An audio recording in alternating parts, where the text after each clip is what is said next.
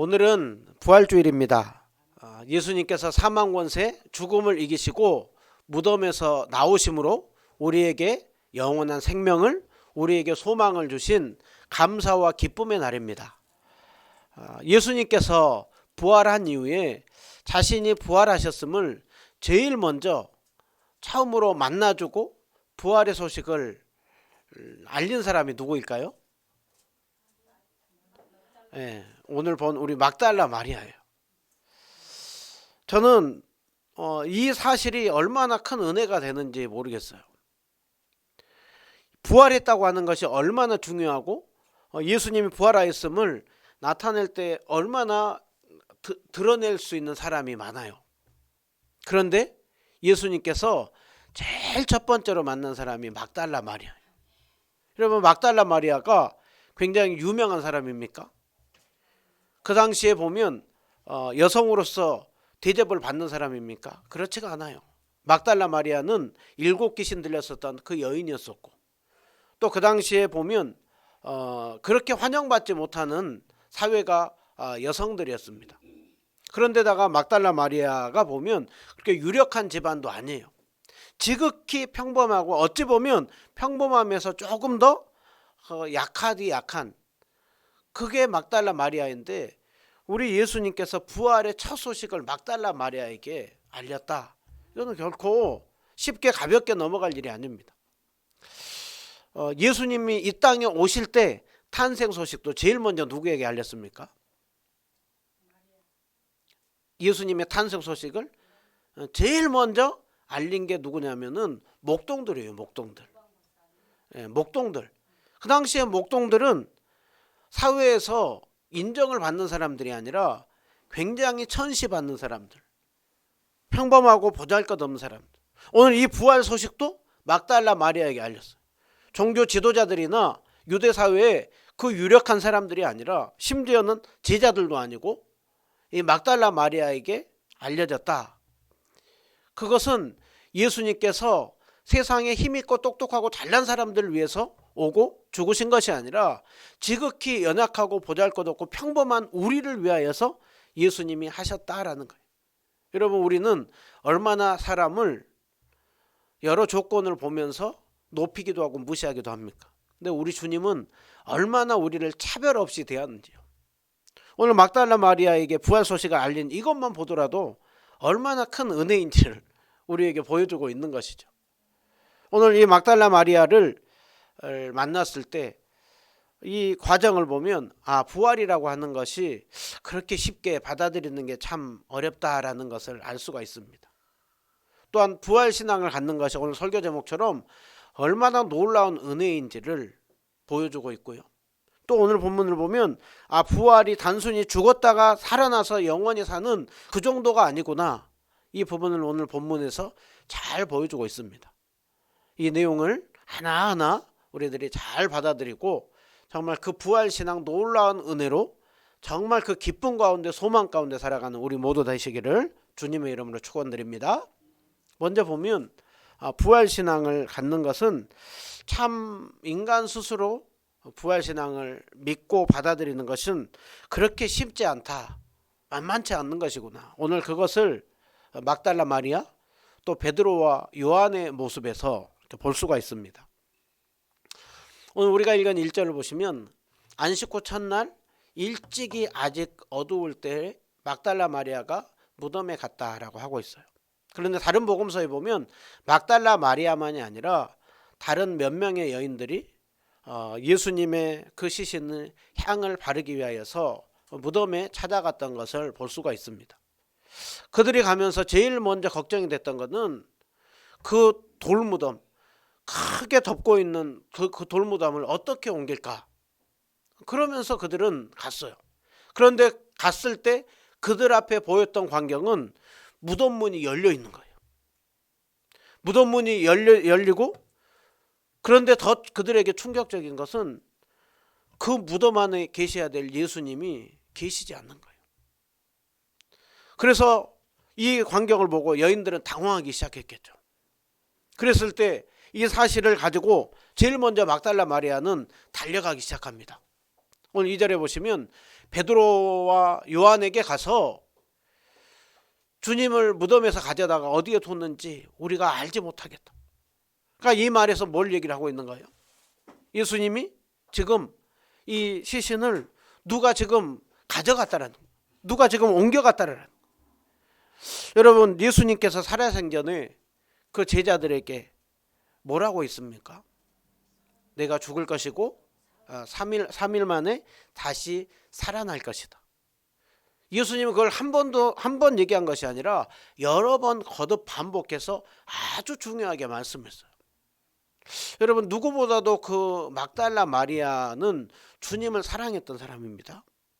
주님 앞에 은혜를 받고 난 이후에 누가복음 8장 1절에서 3절을 보면 그 여인들은 자기의 소유를 가지고 주님을 섬겼다라고 하고 있는데 그 중에 막달라 마리아도 그 이름이 들어가 있어요. 그 막달라 마리아는 살아생전에만 주님을 섬길 뿐만이 아니라 십자가 그 처형 장면 속에 함께 막달라 마리아는 서 있었어요. 예수님 무덤에 묻힌 것도 봤어요. 그리고 오늘 또 안식구 첫날 또 날이 새자마자 예수님의 그 시신을 향을 바르기 위하여서 찾아갔던 여인이에요. 그러니까 막달라 마리아의 신앙이 보통 신앙이 아닌 것이죠. 그럼에도 불구하고 오늘 이 부활에 대하여서는 그렇게 쉽게 생각을 못하는 거예요. 아직까지 그런 생각이 잘 안 드는 거예요. 어디 그냥 예수님 시신을 누가 훔쳐갔다 그 생각만 들지 부활했다라고 하는 생각은 잘 못하고 있는 거예요. 오늘 그 말을 듣고 베드로와 요한은 어땠는가? 그 소식을 듣고 그들이 달리기 시작합니다. 무덤을 향하여서 달리기 시작하는데 달리기가 누가 더 빨랐어요? 요한이 더 빨랐죠. 다른 제자인 요한이 더 빨랐어요. 요한이 나이도 훨씬 젊거든요. 어리거든요. 그래서 그런지 더 빨리 달려가서 먼저 무덤 문에 이르렀어요. 그런데 요한은 굉장히 신중한 사람인 것이죠. 그래서 쉽게 쏙 들어가지도 못하고 그냥 밖에서 그 열려있는 무덤을 보았을 때 새 마포 놓인 것을 보았다라고 하죠. 쉽게 말하면 수의, 예수님을 쌌었던 그 수의, 그것이 이 안에 있는 것, 그것을 보고 있어요. 그러고 있는데 이어서 베드로는 그냥 머무를 것 없이 바로 무덤 안으로 들어가죠. 무덤 안으로 들어가서 그 안에서 확인하게 된 것은 실제로 예수님을 쌌었던 세마포 수의가 놓여져 있었고 머리를 쌌던 수건은 땅 곳에 쌌던 그대로 있더라고요. 그러니까 예수님의 그 머리를 쌌었던 그게 그대로 놓여 있는 거. 마치 그 애벌레가 그 누에처럼 쭉 빠져나오듯이 예수님 쌌던 머리는 그대로 있어요. 그리고 수의는 지금 한 곳에 가지런히 개켜 있어요. 자, 이렇게 보았다고 한다면 이 진짜로 예수님 시신이 지금 없네. 그런데 보면은 굉장히 신비한 장면이죠. 어떻게 예수님 붕대를 이렇게 착착착착 풀고 나오지 않고 그렇게 몸만 어떻게 빠져나올 수가 있을까? 그리고 지금 이게 개켜 있어요. 가지런히 개켜 있어요. 그러면 시신을 누군가가 훔쳐갔다고 한다면 그 수의체로 그대로 가지고 갔겠죠. 한 곳에 가지런히 도둑이 들고 나면 그 집안 난장판이잖아요. 도둑이 누가 정리해 놓고 가요. 그런데 그렇게 가지런히 놓여 있고 정리되어 있다고 한다면 부활에 대해서 예수님 부활하셨구나 좀 그렇게 생각할 만도 한데 실제로 자기 눈으로 지금 범상치 않는 장면을 봤는데 베드로는 어떻게 했다라고 하고 있느냐면 놀랍게만 여길 뿐이지 그리고서는 그냥 집으로 돌아갔다라고. 부활했다라고 아직까지 생각을 못하고 이상하다 이게 어떻게 이런 일이 있지 하고서는 그냥 집으로 돌아갔다라고. 그런데 요한은 조금 더 신중합니다. 요한은 조금 더 신중하니까 다른 제자도 그것을 하나하나 잘 봤다라는. 그리고 나서는 요한은 믿더라라고 하고 있어요. 여기서 8절이 요한이 이제 이게 범상치 않는 일이고 부활에 대해서 조금씩 요한은 이제 그 믿음이 생겼는지 몰라요. 그런데 즉시 9절에 성경에 죽은 자 가운데서 다시 살아나야 하리라 하신 말씀을 아직 알지는 못하더라. 그리고 요한도 집으로 돌아갔더라. 여러분, 이 요한복음을 누가 썼습니까? 자기가 썼잖아요. 자기가 지금 경험한 것을 지금 이렇게 기록해 놓고 있어요.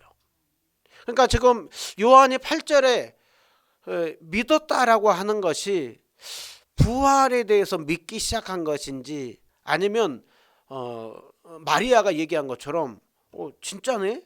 진짜 없네? 그렇게 믿었는지 몰라요. 그러나 어쨌든 9절 10절을 보고 있을 때 지금 요한도 예수님 부활하셨구나 확실히 믿는 것보다 지금 애매모호한 부분들이 있는 거예요.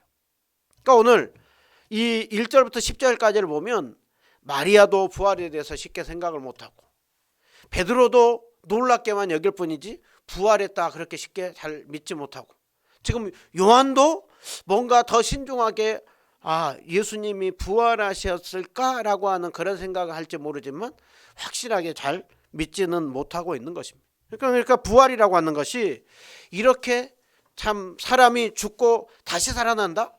그거 쉽게 생각하기가 쉽지 않는 거예요. 그래서 오늘날 많은 사람들은 기독교에서 다른 거는 다 모르겠는데, 내가 다른 거 기독교 참 좋은 게 많은데 왜 부활이라고 하는 그 말도 안 되는 것을 그렇게 얘기하는지 모르겠다.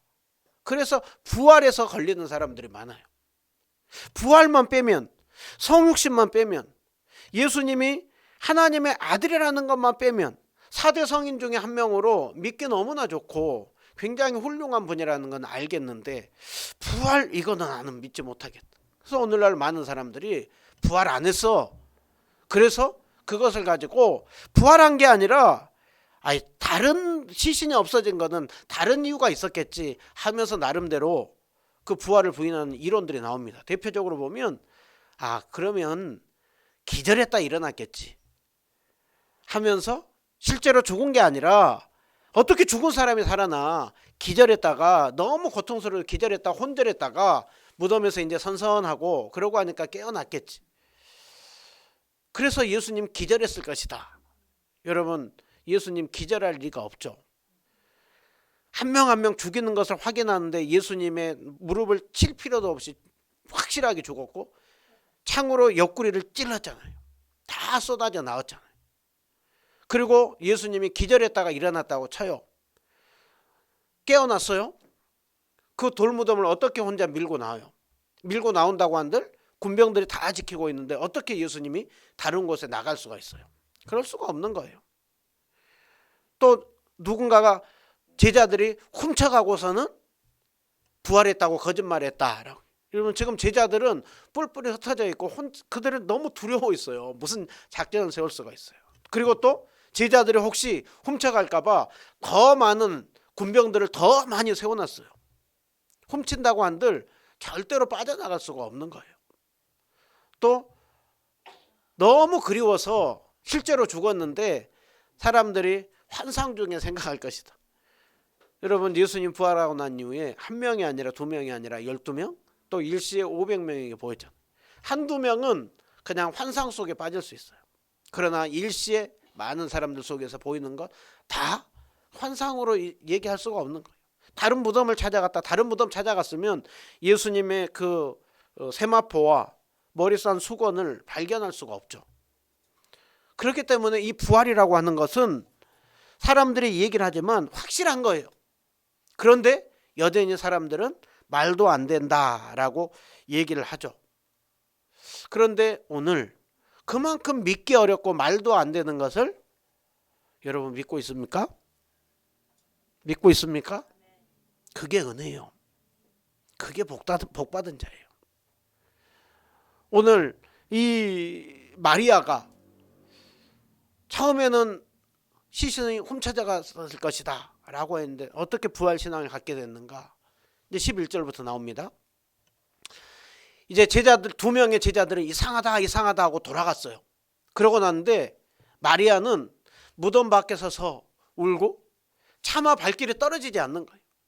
예수님 시신을 찾기 전까지 내 사랑하는 그 예수님 시신을 찾기 전까지는 내가 돌아갈 수 없다. 그러니까 어떻게 보면 베드로나 요한보다 제자들보다 훨씬 신앙이 좋아요.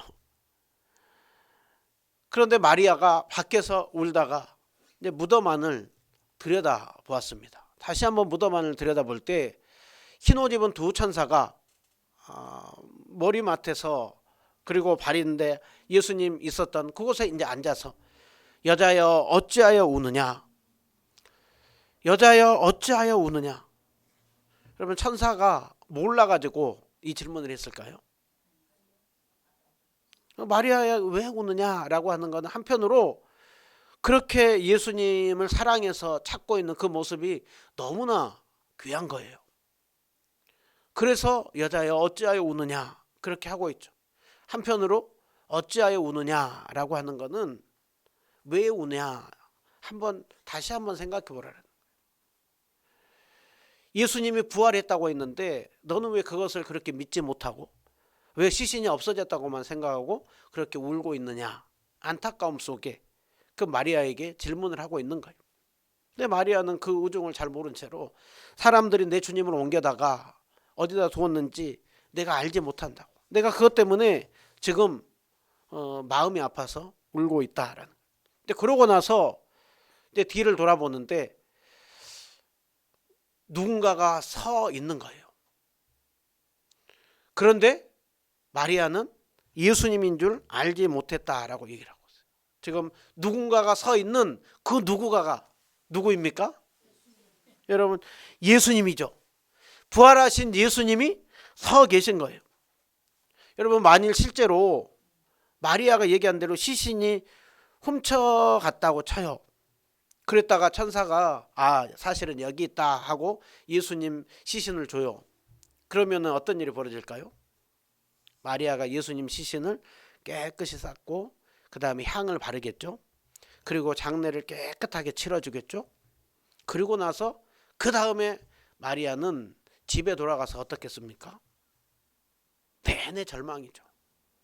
예수님 돌아가셨구나. 이제 끝났구나. 내내 절망할 수밖에 없어요. 시신은 찾는지 모르지만 내내 절망할 수밖에 없어요. 그러나 오늘 예수님은 죽지 않고 살아나셨죠. 예수님이 부활하셨습니다. 예수님이 부활하셨습니다. 부활하셨습니다. 부활하신 예수님 이제 그 마리아를 만나줍니다. 마리아를 돌이켜서 예수신 줄 알지 못했다라고 얘기를 해요. 그래서 예수님이 또 묻죠. 여자여 어찌하여 울며 누구를 찾느냐. 또 예수님도 질문을 하는 거예요. 너 왜 우냐? 누구를 찾냐? 예수님이 부활하신 자신을 드러내기 시작하는 것이죠. 그런데 마리아는 아직까지 그 예수님을 잘 몰라서 동산지기인 줄 알면 그 동산을 지키는 사람인 줄 알고 무덤을 지키는 사람은 당신이 어디다 옮겨놨거든. 내게 이루소서. 그러면 내가 우리 예수님 모셔가겠습니다. 마리아가 그 힘없는 여인이 어떻게 예수님을 모셔가요? 그런데 그만큼 마리아는 예수님을 사랑하는 것이죠. 그런데 잘 봐보세요. 마리아가 예수님과 대화를 하는데 예수님을 한 번에 몰라봐요. 왜 몰라볼까요? 한편으로는 예수님이 살아나셨을 거는 꿈에도 생각을 못하는 거죠. 그러나 한편으로 예수님은 이전과 같은 몸도 있지만 변화된 몸이 있기 때문에 그렇죠. 이전과 같이 손과 옆구리에 못자국, 창자국이 있죠. 그런데 예수님은 이전과 같은 모습이 있을 뿐만이 아니라 변화된 모습이 있죠. 제자들이 문이 닫혀져 있는 곳에 순간 싹 들어왔다가 제자들이 있는 곳에서 싹 없어지죠. 그러니까 부활 이전과 이후의 예수님의 몸은 똑같은 모습도 있고 다른 모습도 있는 거예요.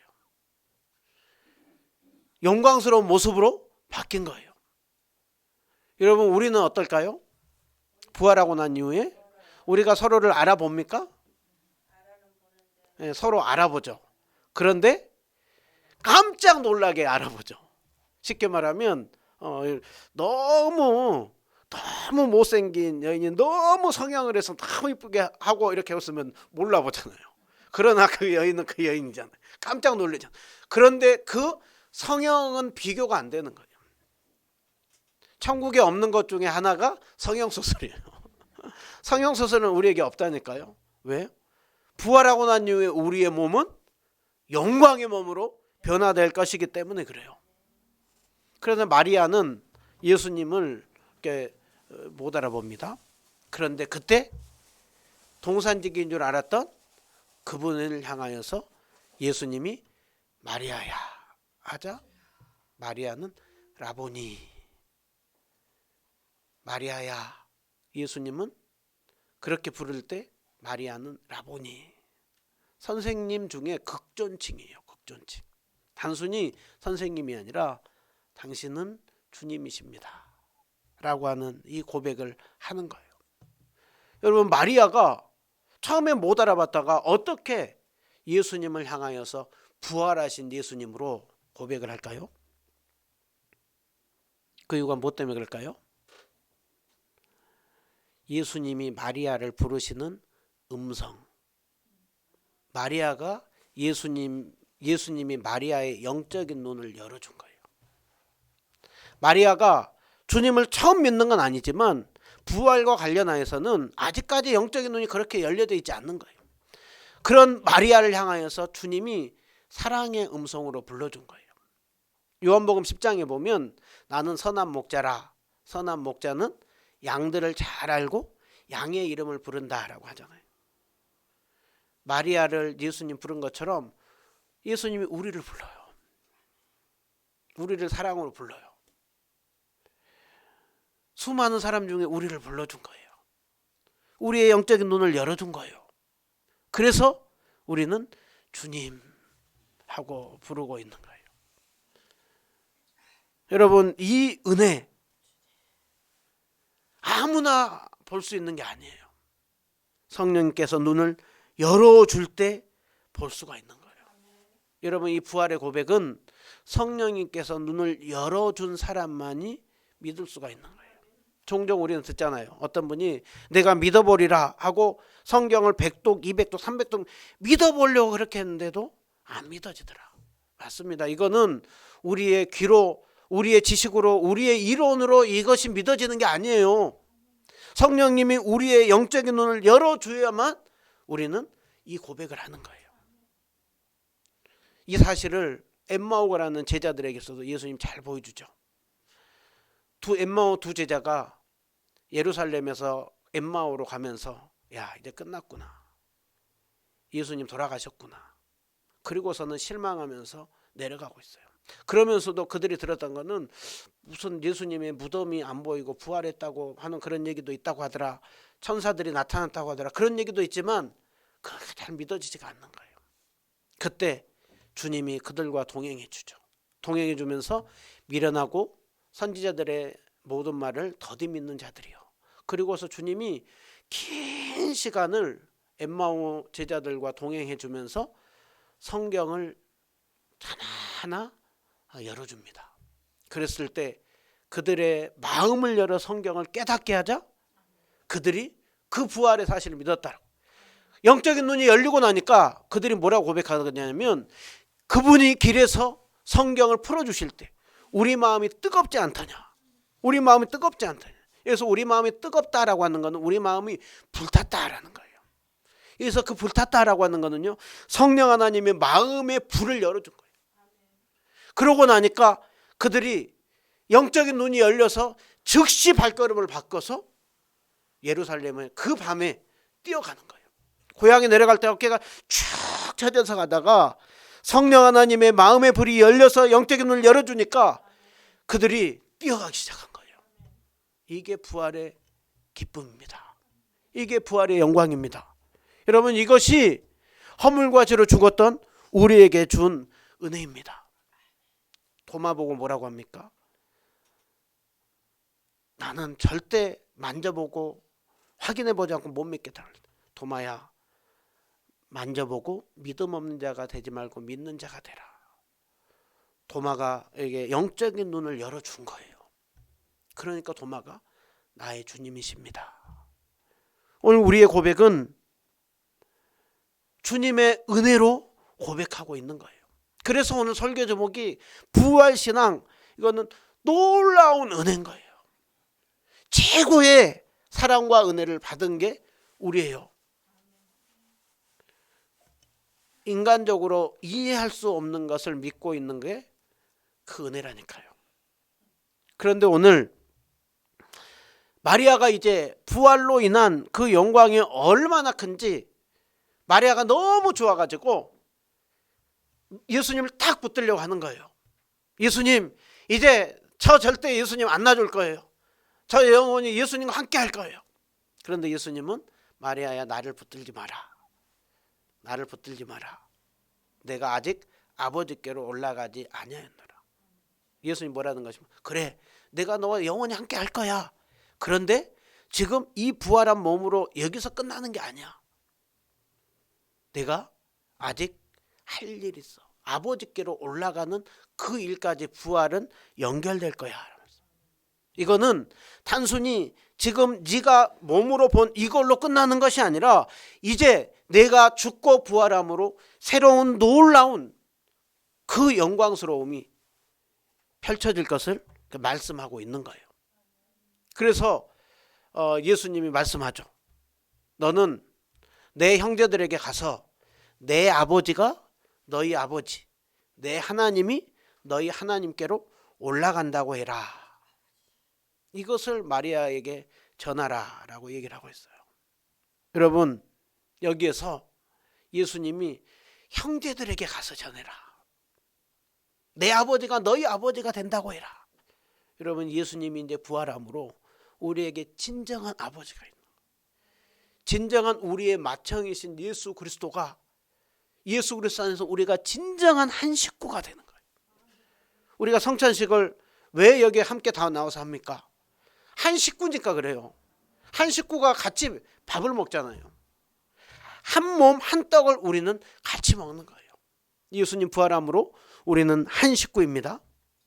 그것뿐만이 아니라 지금 예수님께서 뭐라고 합니까? 아버지께로 올라간다라고.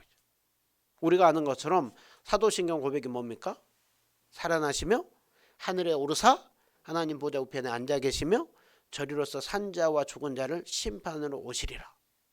예수님의 부활은 단순히 몸의 부활이 아니라 하늘에 올라가시고 통치하고 계시고 다시 오시는 재림까지 이어지는 놀라운 은혜가 있는 거예요. 그때 우리에게 주어진 것이 무엇입니까?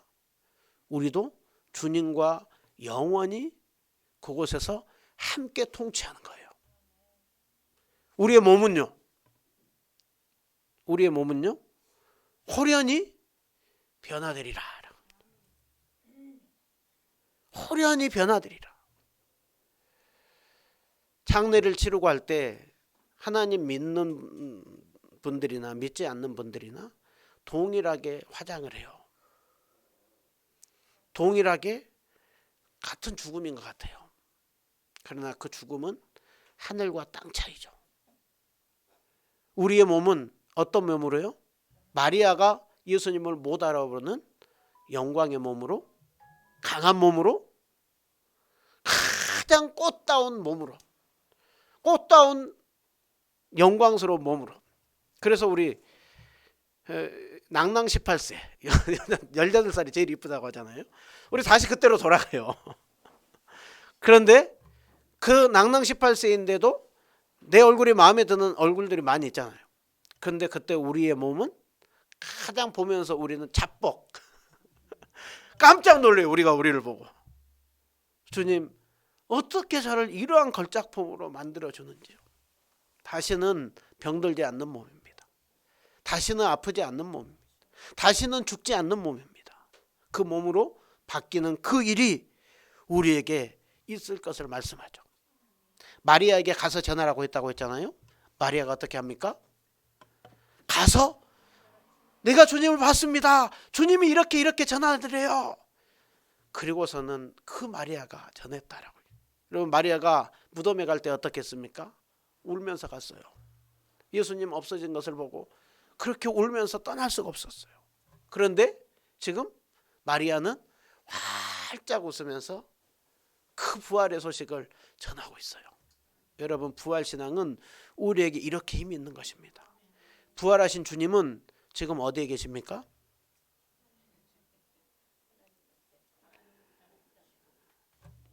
이 자리에 계셔. 이 자리에. 우리와 함께 계세요.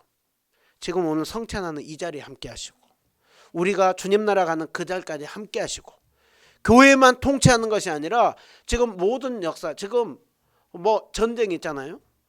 우리 주님 손에 달려 있다니까요. 어느 한 나라의 대통령 손 주님이 지금 통치하고 있다니까요. 하늘과 땅의 모든 권세를 다 내게 주셨으니 예수님이 교회의 머리로 우리 요한계시록 7교회 보고 있잖아요. 그 고난 가운데 있는 교회 가운데 주님이 나타나시고 함께 하시잖아요. 오늘 이 자리에 계신다니까요. 그래서 저 멀리 예수님 부활하고 저 멀리 계시지 않아요? 네, 하늘의 예수님은 또 통치하시면서 이 자리에 계시는 거예요. 우리도 그 부활의 주님을 믿고 감사하고 우리가 금요일에 이제 노인정 그다음에 상가들 쭉 부활의 예수님을 전했거든요. 오늘 또 우리는 또 나가서 예수님을 전할 때 부활하신 예수님 함께 하십니다. 우리가 그 부활 신앙을 가지고 오늘만이 아니라 내일부터는 부활주일 끝났지가 아니라 부활하신 예수님은 365일 늘 함께 하세요. 그 주님을 믿고 내가 최고의 선물을 받았구나. 그 은혜를 가지고 힘있게 감사하며 즐겁게 살아가는 우리 모두 다 되시기를 주님의 이름으로 축원드립니다.